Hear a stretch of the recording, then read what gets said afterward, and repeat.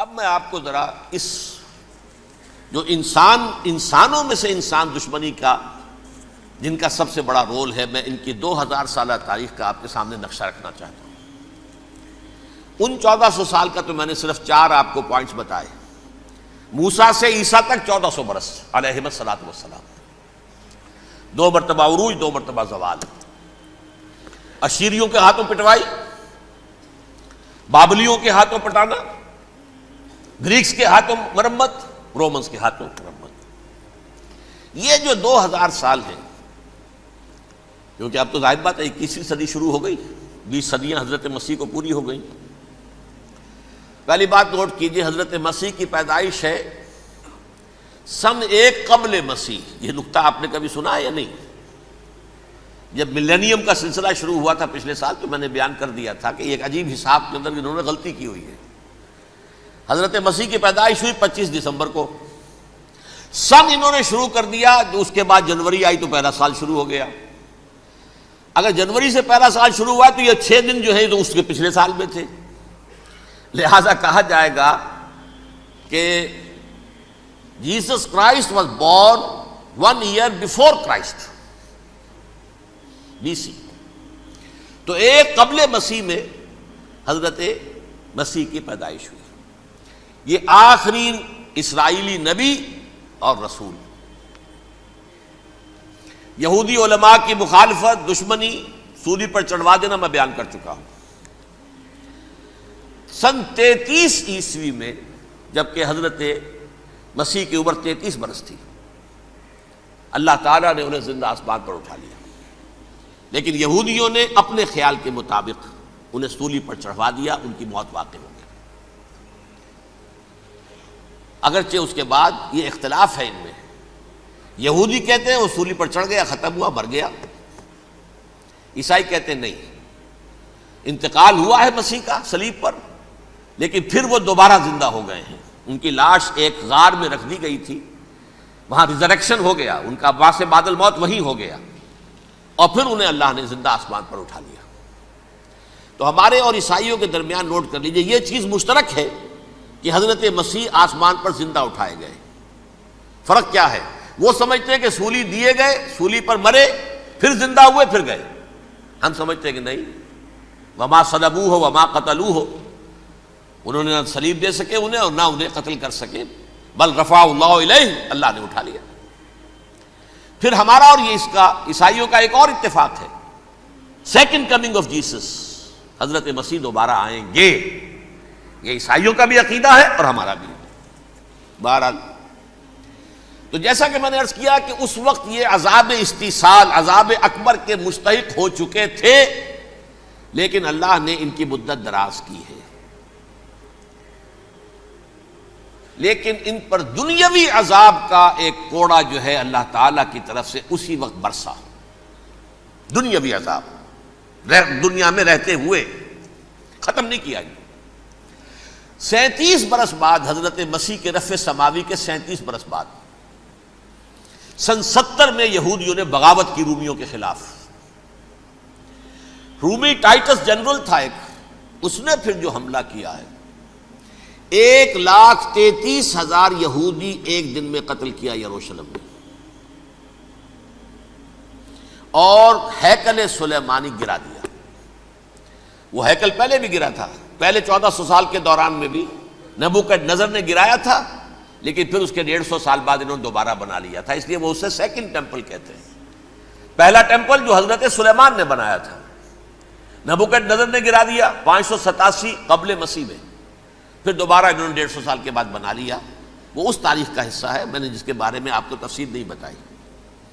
اس میں یہ ہوا سن 70 میں وہ گرا دیا گیا، وہ آج تک گرا پڑا ہوا ہے۔ نمبر 2، یہ کہہ دیا گیا کہ یہودیوں اس ارض فلسطین سے نکل جاؤ، تم یہاں نہیں رہ سکتے اب۔ لہذا جس کا جہاں سینگ سمایا چلا گیا، یورپ میں چلے گئے، ایشیا میں آ گئے، عرب میں آ گئے یہ 3 قبیلے جو رات بھی میں نے عرض کیا تھا، بنو قینقاع، بنو نذیر اور بنو قریظہ، یہ وہاں سے آ کے مدینے میں آباد ہو گئے۔ جس کا جہاں سینگ سمایا، افریقہ میں، ہندوستان میں، جہاں چلے گئے۔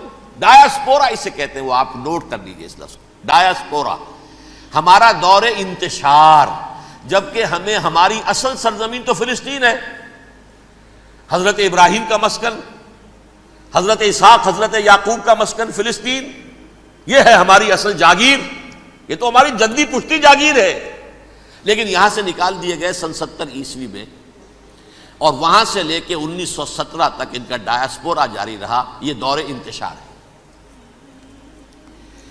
اس دور انتشار کے اب چند حصے ہیں جس کو میں چاہتا ہوں کہ آپ علیحدہ علیحدہ سمجھ لیں۔ دور انتشار کا جو پہلا جو ہے تقریباً 300 برس رومی حکمران تھے، وہ یہودیوں کے بھی دشمن تھے اور عیسائیوں کے بھی دشمن تھے۔ عیسائی اور یہودی ایک دوسرے کے بھی دشمن تھے، لیکن رومی سمجھتے تھے کہ یہ ایک ہی تھیلی کے چٹے بٹے ہیں۔ رومیوں کے نزدیک عیسائی بھی یہودیوں ہی کا ایک فرقہ تھے، کوئی علیحدہ مذہب تو تھا ہی نہیں۔ لہذا رومی جو ہیں رومنز، وہ ان دونوں کو ستاتے تھے، مارتے تھے، اور یہ آپس میں لڑتے تھے، یہودی عیسائیوں کو مارتے تھے، عیسائی یہودیوں کو مارتے تھے۔ یہ ہے 300 برس تک کی تاریخ۔ سن 300 عیسوی میں کیا ہوا؟ ایک معجزہ ہو گیا۔ بہت عظیم ایمپرر کانسٹینٹائن، قسطنطین اعظم، رومن ایمپررز میں سے بہت بڑا ایمپرر، وہ عیسائی ہو گئے۔ اب تو معاملہ بالکل تلپٹ ہو گیا، پوری سلطنت عیسائی ہو گئی۔ اب عیسائیوں کے عیش ہو گئے اور یہودیوں پہ مار پڑنی شروع ہوئی۔ اب عیسائیوں کا آپ خود سوچئے کہ جنہیں وہ خدا بنا بیٹھے ہیں، خدا کا بیٹا قرار دے رہے ہیں، ان کے قاتل کون؟ یہودی بدماش۔ لہذا ان کی وہ پٹائی شروع ہوئی ہے یورپ میں، پوری رومن امپائر میں انہیں ذلیل کیا گیا۔ شہروں میں آمد بند، علیحدہ رہو، گھیٹوز کے اندر رہو۔ یہودی کا نام جو ہے وہ گالی بن گیا، جیسے آج بھی یہودی گالی کہتے ہیں، جیسے خنزیر کا لفظ، آخر وہ بھی اللہ کی مخلوق ہے، لیکن آپ کو معلوم ہے کوئی شخص زبان پر نام نہیں لانا چاہتا خنزیر کا، سور کا، ہے تو مخلوق وہ بھی ایک حیوان ہے۔ ایسے ہی یہ ہے یہودی، یہودی گالی، جیو گیوٹ گالی۔ لہذا ایک طرف تو ان دونوں کے درمیان دشمنی، جس کو قرآن کہتا ہے وَأَغْرَيْنَا بَيْنَهُمُ الْعَدَاوَةَ وَالْبَغْضَاءَ، ہم نے ان کے مابین دشمنی جو ہے پیدا کر دی۔ اور جب یہ پوری سلطنت عیسائی ہو گئی تو قافیہ تنگ ہو گیا یہودیوں کا۔ اب آئیے 571 عیسوی، یعنی جب کہ ڈایاسپورا کو کتنا عرصہ ہو چکا تھا؟ 500 برس۔ سن 70 سے شروع ہوا نا ڈایاسپورا، جب ٹائٹس نے گرایا ہے ہیکل کو اور نکال باہر کیا انہیں فلسطین سے، بھاگ جاؤ یہاں ایک یہودی بھی نہیں رہے گا، فلسطین سے نکال دیے گئے۔ اس کے پورے 500 برس بعد سن 571 عیسوی میں حضور کی پیدائش ہوئی، ولادت با سعادت محمد الرسول اللہ صلی اللہ علیہ وسلم۔ 610 میں آپ پر وحی کا آغاز ہوا، لیکن حضور کے ساتھ ان کا معاملہ کیا رہا؟ اول تو جبکہ حضور ابھی مکے ہی میں تھے، یہودیوں نے ریشہ دوانیاں شروع کر دی حضور کے خلاف۔ قریش مکہ کو سکھاتے تھے، پڑھاتے تھے، ان سے یہ پوچھو، ان سے یہ پوچھو، انہیں اس طرح تنگ کرو، ان سے یہ امتحان لو، یہ آپ کے علم میں ہے۔ سورہ بنی اسرائیل میں، سورہ کہف میں وہ سوالات جو امتحانی سوالات آئے تھے، ذوالقرنین کون تھا، اصحاب کہف کون تھے، تم رسول بنے پھرتے ہو تو بتاؤ، اور یہ روح کی حقیقت کیا بتاؤ۔ یہ ساری ریشہ دوانیاں کر رہے تھے بیٹھے ہوئے، ابھی وہیں پر، حضور ابھی پہنچے بھی نہیں۔ ہجرت فرما کر حضور تشریف لے آئے تو حضور نے، جسے ماسٹر سٹروک کہا جائے گا، یعنی اسٹیٹس مین شپ کا ماسٹر سٹروک، آپ نے مدینے میں آتے یہودیوں کے ساتھ پیکٹ کر دیا، جوائنٹ ڈیفنس پیکٹ آف مدینہ، کہ اگر مکے والے ہم پر حملہ کریں گے تو ہم مل جل کر ایک قوم کی حیثیت سے مقابلہ کریں گے۔ یہ میثاق مدینہ کہلاتا ہے، جس کے بہت غلط معنی پہنائے جا رہے ہیں آج کل۔ بہرحال میں موضوع میرا چونکہ یہ نہیں، میں ادھر نہیں جاؤں گا۔ لیکن ہوا کیا؟ ہر مرتبہ یہ خیانت کے مرتکب ہوئے، ان نے جو عہد کیے تھے ان سے پھرے، اندر ہی اندر سازش، ریشہ دوانی، حضور کی بدترین دشمنی۔ سورہ نساء کی آیت نمبر 12 میں 14 میں 13 میں فرمایا ہے لا تزال تطلع علی خائنۃ منہم، اے نبی ہمیشہ آپ کے علم میں ان کی طرف سے خیانتیں، بددیانتیاں آتی رہیں گی. اور بار بار وہ مسلسل جنگ کی آگ بھڑکاتے تھے. قریش کو دعوت دیتے، آؤ آؤ آؤ ہم اندر سے بغاوت کر دیں گے، تم آؤ تو صحیح، ختم کریں محمد کو اور اہل ایمان کو صلی اللہ علیہ وسلم ورضی اللہ تعالی عنہم اجمعین. لیکن پھر جب وہ آتے تھے تو یہ دبک جاتے تھے، ان میں ہمت نہیں تھی، میدان کے مرد نہیں رہے تھے. یہ سورہ حشر میں ان کا نقشہ کھینچا گیا ہے. کھلے میدان میں مقابلے کی اس کے اندر صلاحیت ہی نہیں ہے. یہ تو فصیلوں کے پیچھے سے، جیسے عورتیں کہیں دیہات میں لڑائی ہوتی ہے تو مرد جو ہے گلیوں میں لڑتے ہیں، عورتیں اوپر سے پتھر پھینکتی ہیں، بس وہ کام یہ کر سکتے تھے. من ورائے جدر، فصیلوں کے پیچھے سے، جنگ میں میدان میں نہیں آ سکتے. بہرحال قرآن مجید میں ہے یہ سورہ مائدہ کی آیت نمبر 64، کلما اوقدوا نارا للحرب اطفاها اللہ. اکثر و بیشتر مواقع پر تو یہ جب آگ بھڑکاتے تھے جنگ کی، اللہ اسے بجھا دیتا تھا. لیکن بہرحال اس کے باوجود جنگیں ہوئی، غزوہ بدر، غزوہ احد ہوئی کہ نہیں؟ یہ ساری اس اصل شرارت ہوئی. اور اس کے نتیجے میں حضور نے پھر ایک ایک کر کے 3 قبیلوں کو سزا دی. غزوہ بدر کے فوراً بعد بنو قینقاع نکالے گئے مدینے سے، غزوہ احد کے فوراً بعد بنو نذیر نکالے گئے، اور غزوہ احزاب کے بعد بنو قریظہ نکال دیے گئے. یہ تو میں نے آپ کے سامنے رکھ دیا صرف حضور کے زمانے میں ان کا کیا رویہ رہا. دشمن، رات بھی ہم نے وہ آیت پڑھی تھی، لَتَجِدَنَّ أَشَدَّ النَّاسِ عَدَاوَةً لِلَّذِينَ آمَنُوا الْيَهُودُ وَالَّذِينَ أَشْرَكُوا. اہل ایمان کی دشمنی میں شدید ترین تم پاؤ گے یہودیوں کو اور مشرکین. مشرکین بھی بعد میں ہے، پہلے یہودی. حضور کے بعد کیا ہوا اب یہ نوٹ کیجئے، یہ ان کی تاریخ کا دوسرا دور. حضرت عمر رضی اللہ تعالیٰ عنہ قائد خلافت ہے. بیت المقدس کا محاصرہ کیا گیا، فصیل بڑی اونچی، شہر اندر سے سیلف سفیشینٹ، حملے کا راستہ کوئی نہیں، محاصرہ طول کھینچ رہا ہے، لیکن ان کے پاس رسد بھی موجود ہے، پانی بھی موجود ہے، وہ دروازے بند کر کے بیٹھے ہوئے ہیں. بالآخر اللہ تعالیٰ کی مشیت کا ظہور کیسے ہوا؟ ان کے کچھ علماء آئے فصیل پر، کہا دیکھو مسلمانوں، تم قیامت تک بھی یہاں پڑے رہو گے محاصرہ کر کے، ہمارا یہ شہر فتح نہیں ہوگا. ہاں ایک درویش بادشاہ کے ہاتھوں یہ شہر فتح ہونا ہے، لیکن تمہارے اندر ہمیں وہ نظر نہیں آ رہا. ابو عبیدہ بن الجراح رضی اللہ تعالی عنہ، امین هذه الامہ، ان کا فوراً ذہن گیا وہ درویش بادشاہ مدینے میں بیٹھا ہوا ہے، عمر رضی اللہ تعالی. اب ایک اور عمر بھی ہے جو قندھار میں بیٹھا ہے. نقشہ وہی ہے، سادگی کی حد تک نقشہ وہی، بالکل وہی، اپنی آنکھوں سے دیکھا ہے، وہی سادگی. عمر اول، عمر ثانی تھے عمر بن عبدالعزیز. اب ایک اللہ کے فضل سے اللہ تعالیٰ ایدہ اللہ بنصرتہ، اللہ تعالیٰ ان کی نصرت فرمائے، دشمنوں کو ان کے مقابلے میں نیست و نابود کرے. انہوں نے ریکویسٹ بھیج دی کہ حضور تشریف لائیے، یہ شہر فتح ہو جائے گا. وہ ہے سفر تاریخی، اتنا طویل سفر، تقریباً 700 میل، ایک اونٹ، ایک خادم، ایک منزل پہ امیر المومنین اوپر بیٹھے، خادم آگے چل رہا ہے، اگلی منزل پہ خادم اوپر بیٹھا ہے، امیر المومنین آگے جا رہے ہیں. اور جب پہنچے ہیں تو وہ باری تھی خادم کی. انہوں نے ہاتھ جوڑ دیا، حضور خدا کے لیے تم کیا کہیں گے لوگ، وہ میرا برا حال کر دیں گے، تمہیں شرم نہیں آئی؟ امیر المومنین پیدل آگے چل رہے ہیں نکیل پکڑ کر، اور تم بیٹھے ہو اوپر براجمان ہو. حضرت عمر فرمایا الدور دورک، نہیں باری تمہاری ہے، بیٹھ. اس حال میں پہنچے ہیں. اور پھر یہ کہ ابو عبیدہ بن الجراح آئے ہیں، استقبال کیا ہے تو دیکھا ہے اس حال میں چلے آ رہے ہیں. عمر نکیل پکڑے ہوئے چلے آ رہے ہیں، اور کہتے ہیں کہ کہیں کیچڑ ویچڑ تھا، جوتے خراب ہو گئے تھے، وہ بھی اتار کے ہاتھ میں پکڑے ہوئے، کپڑے تو تھے ہی پھٹے ہوئے. انہوں نے کہا بھی حضرت ابو عبیدہ نے، دیکھیے یہ بڑا متمدن ملک ہے، بڑا مہذب علاقہ ہے، یہ آپ ذرا حلیہ اپنا دوست فرما لیں تب جا کے پیش ہم آپ کو کریں گے.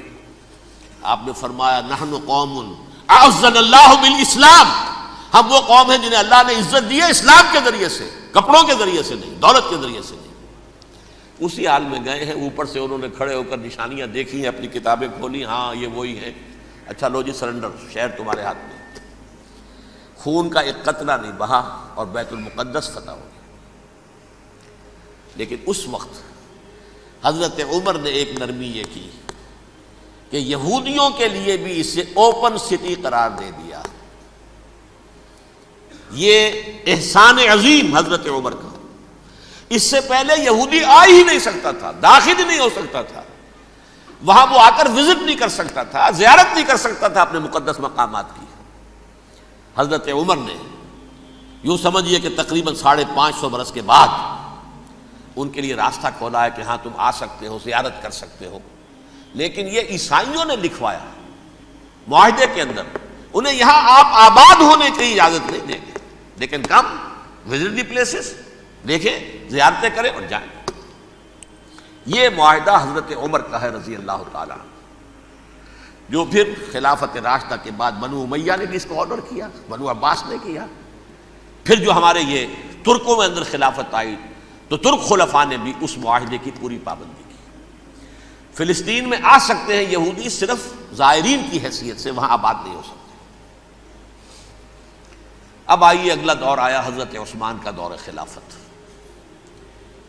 یہ ہے وہ وقت کہ اب یہود نے امت مسلمہ کی پیٹھ میں چھرا گھونپا۔ وہ کیسے؟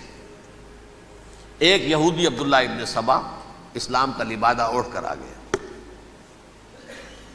معاشرے کا جائزہ لے لیا، ان میں بنو ہاشم اور بنو امیہ میں جو پرانی کشاکش تھی اس کے کچھ نہ کچھ جراثیم باقی ہیں، اگر ان کو ذرا بھڑکا دے تو مسلمانوں میں انتشار پیدا ہو جائے۔ کہا یہ عثمان کون ہے؟ یہ تو بنو امیہ میں سے ہے، یہ حق تو بنو ہاشم کا ہے، خلافت ان کے پاس ہونی چاہیے، محمد کے تو رشتہ دار وہ ہے صلی اللہ علیہ وسلم۔ عوام الناس کے اندر بات پھیلنی شروع ہوئی، پھر ایک بڑی سازش کے انداز میں حضرت عثمان کے خلاف پروپیگنڈا، حضرت عثمان کے جو عاملین تھے، گورنر تھے، ان کے خلاف پروپیگنڈا، اور ایسی ہوشیاری کرتے تھے کہ کوفے میں کوفے کے حاکم کے خلاف کچھ نہیں کہنا، اجی مصر میں یہ ہو رہا ہے، اجی شام میں یہ ہو رہا ہے، اجی یہ جو عثمان ہے وہ یہ کر رہا ہے، یہ ظلم ہو رہا ہے، یہ لوٹ مار ہو رہی ہے، یہ خیانتیں ہو رہی ہیں۔ اب نہ تو اس زمانے میں مینز آف کمیونیکیشن، کیسے تصدیق کریں؟ افواہیں تو آپ آج کراچی کے اندر شروع ہو جائے تو پتہ نہیں چل سکتا کسی کو کہ کیا اس میں صداقت ہے، کیا جھوٹ ہے، اور بری بات جو ہے فطرت انسانی کی کمزوری ہے، وہ فوراً قبول کرتا ہے، کسی کے بارے میں اچھی بات ماننے کو تیار نہیں ہوتا، لیکن بری بات تو فوراً تیار۔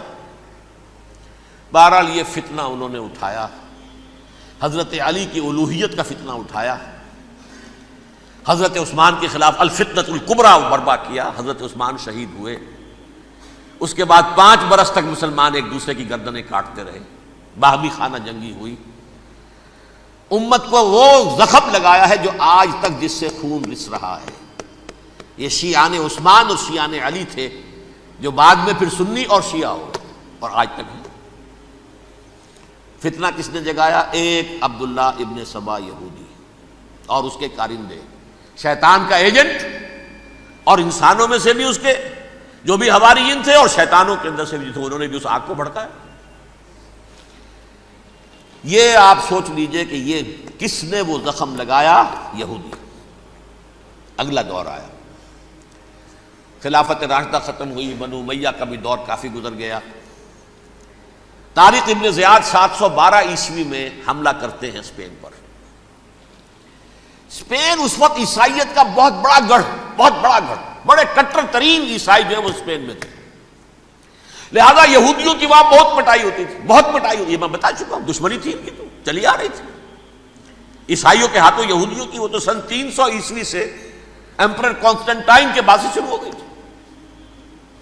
اس حوالے سے یہودیوں نے اس وقت چالاکی یہ برتی، کچھ راستے واسطے بتائے، کچھ مدد کی طارق ابن زیاد کی۔ طارق ابن زیاد نے انہیں اپنا محسن سمجھا، ہسپانیہ فتح ہو گیا تو یہودی چونکہ محسنین کی فہرست میں آ چکے تھے، انہیں بہت اقتدار نصیب ہوا، بڑی سپورٹ مسلمانوں نے دی۔ ان کے بڑے بڑے علماء جو ہیں اسی دور کے اندر پیدا ہوئے، بڑے بڑے تھنکرز ان کے اسی دور میں پیدا ہوئے۔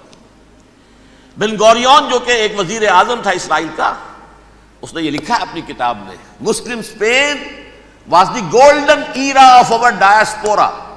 وہ ڈائسپورا جو 70 عیسوی سے شروع ہوا تھا اور 1917 عیسوی تک جاری رہا ہے، اس میں سے گولڈن ایرا ہمارا جو تھا وہ مسلم اسپین تھا. ہسپانیہ میں بیٹھ کر ہم نے عیش کیے. لیکن وہاں سے انہوں نے اور جو کچھ کیا، یہ تو داستان کے بہت سے گوشے ہیں، لیکن میں جس اسٹریٹ لائن میں چل رہا ہوں اس کے اعتبار سے ایک بات سمجھ لیجیے. وہاں بیٹھ کر انہوں نے اب عیسائیت کی پیٹھ میں چھرا گھونپا، پروٹیسٹنٹ مذہب پیدا کیا، تقسیم کر دیا. جیسے شیعہ سنی کی تقسیم، عبداللہ ابن سبا، رومن کیتھولک اور پروٹیسٹنٹ کی تقسیم، یہودی علماء. ہوتا کیا تھا؟ ہسپانیہ کی یونیورسٹیاں ہیں، کارڈووا میں ہے، ٹولیڈو میں ہے، گریناڈا میں ہے، غرناطہ، قرطبہ، تولیتلا، اور وہاں آتے تھے لوگ. فرانس سے چلے آ رہے ہیں نوجوان پڑھنے کے لیے، جرمنی سے چلے آ رہے ہیں، اٹلی سے چلے آ رہے ہیں. 3 ہی ملک قریب ترین پڑھتے ہیں سینٹرل جو یورپ کے ہیں. یہاں پر جو ہے وہ اسلام جو نور پھیلا رہا تھا اس سے بھی مستفیض ہوئے. جہالت کے جو ہے پردے ان کے وہ چھٹے.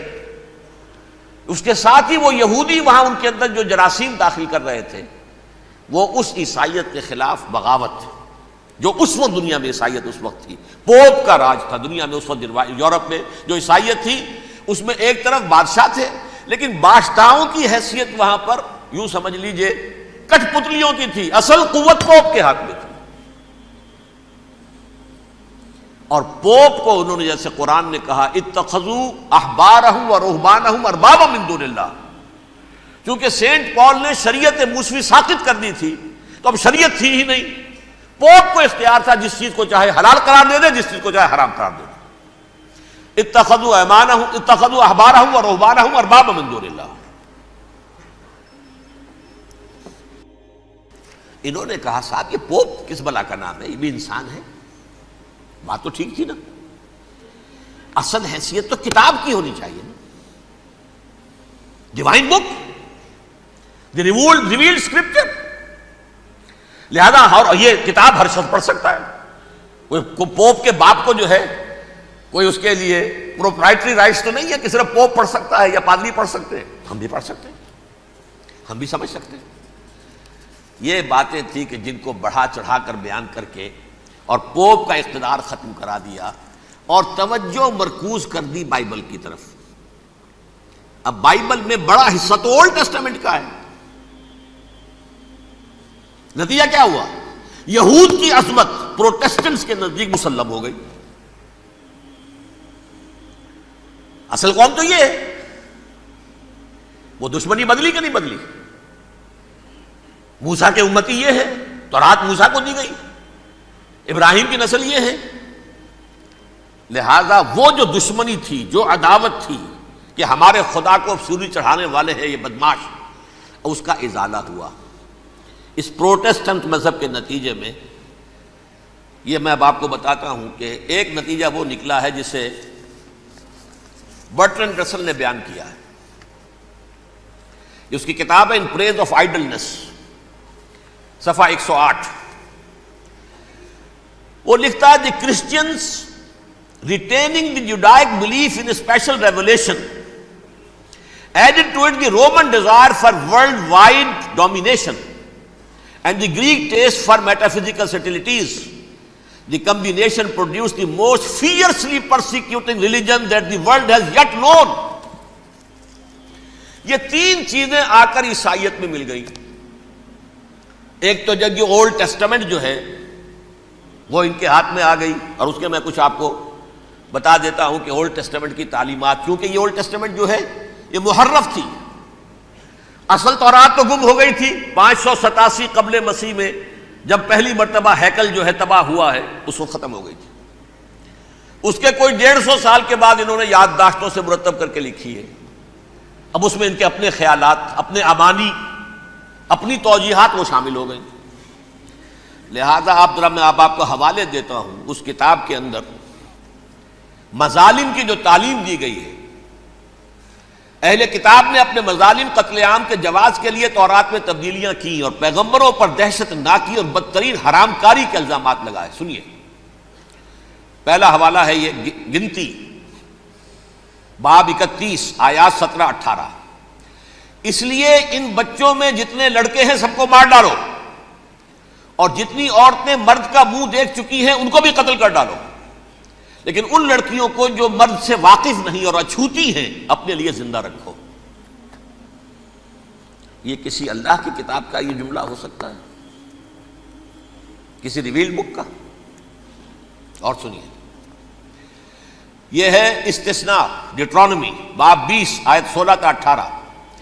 پر ان قوموں کے شہروں میں جن کو خداوند تیرا خدا میراث کے طور پر تجھ کو دیتا ہے، کسی ذی نفس کو جیتا نہ بچا رکھنا، جیسا خداوند تیرے خدا نے تجھ کو حکم دیا بالکل نیست کر دینا. مرد، عورتیں، بچے، بوڑھے سب ختم. یہ کتاب مقدس ہے. اور سنیے، سموئیل باب 27 آیت نمبر 9. اور داؤد نے اس سرزمین کو تباہ کر ڈالا اور عورت مرد کسی کو جیتا نہ چھوڑا. نمبر 4، ان سب آباد شہروں کو ماں، عورتوں اور بچوں کے بالکل نابود کر ڈالا. کتاب استثناء باب 3 آیت 6. یہ ہے جو کہہ رہا ہے برٹرنڈ رسل، کرسچینٹی میں آ کر اب یہ 3 چیزیں شامل ہو گئی. ایک تو یہ باربیرین یہ تعلیم جو ہے، اور یہ مذہب کے نام پہ تعلیم، یہ کتاب مقدس کی تعلیم. نمبر 2، رومنز کے اندر جو ایک تمنا تھی ورلڈ ڈومینیشن کی، وہ عیسائیت کے اندر آ گئی. اس لیے کہ پوری رومن امپائر جو ہے عیسائی ہو گئی، تو اسے وراثت کے اندر ورلڈ ڈومینیشن کی جو ایک تمنا تھی وہ مل گئی. اور پھر یہ کہ انہوں نے جو توہمات تھے یونانیوں کے ان کو بھی اپنے ہاں مختلف شکلوں کے اندر جمع کر لیا. ان 3 چیزوں کا the combination produced the most fiercely persecuting religion that the world has yet known. اس کے نتیجے میں دنیا میں تاریخ انسانیت کے اندر جو بدترین خوخار ترین مذہب ہو سکتا ہے وہ شکل عیسائیت نے اختیار کی. اور اس کا مظہر عتم کیا تھا نوٹ کیجئے، صلیبی جنگیں. ایک بات ٹائم ٹیبل کے اعتبار سے نوٹ کر لیجئے گا. فرسٹ ملینیم ختم ہوا، سیکنڈ شروع ہوا. ان کے 1000 سال ختم ہوئے تو 11ویں صدی میں سیکنڈ ملینیم شروع ہوا، تو پہلی صلیبی جنگیں ہوئی. لاکھوں مسلمان قتل کیے. صرف یروشلم کے اندر اتنا خون بہایا ہے کہ خود ان کے ہسٹورینز لکھتے ہیں کہ جب ان صلیبیوں نے جب گھوڑوں کے ساتھ وہ چل رہے تھے گلیوں میں، تو ان کے گھوڑوں کے گھٹنوں تک خون کی ندی بہ رہی تھی. جہاں سے گزرے ختم کرتے چلے گئے، آبادیاں کی آبادیاں ختم کر دی. اگرچہ اس کروسیڈ میں گیہوں کے ساتھ گھن بھی پسا، یہودی بھی بہت مارے گئے. یہ فرانس سے، جرمنی سے جب یہ کروسیڈرز آ رہے تھے 3000 میل کا سفر طے کر کے آئے تھے. سوچئے تو صحیح. اربن ثانی پوپ جو تھا، آگ لگا دی تھی اس نے پورے یورپ کے اندر. شرم سے ڈوب مرو، تمہارے مقدس علاقے مسلمانوں کے ہاتھ میں. انفیڈلز، یہ کافر، یہ مرتد، یہ ملحد. مسیح جہاں پیدا ہوا، مسیح کو جہاں سولی دی گئی، وہ کہاں ہے؟ ان کے ہاتھ میں. وہ آگ لگائی ہے. 3000 میل کا فاصلہ طے کر کے یہ قومیں آئی ہیں وہاں، اور جو تباہی مچائی ہے انہوں نے. تاریخ انسانی میں ایسی بربریت کی کوئی مثال. اور یہ ان کے اپنے ہسٹورینز لکھتے ہیں. شرم کے مارے ایسے محسوس ہوتا ہے جیسے ان کی گردنیں جھکی جا رہی ہیں. لکھتے ہیں صلی اللہ علی محمد صلی اللہ علیہ وسلم.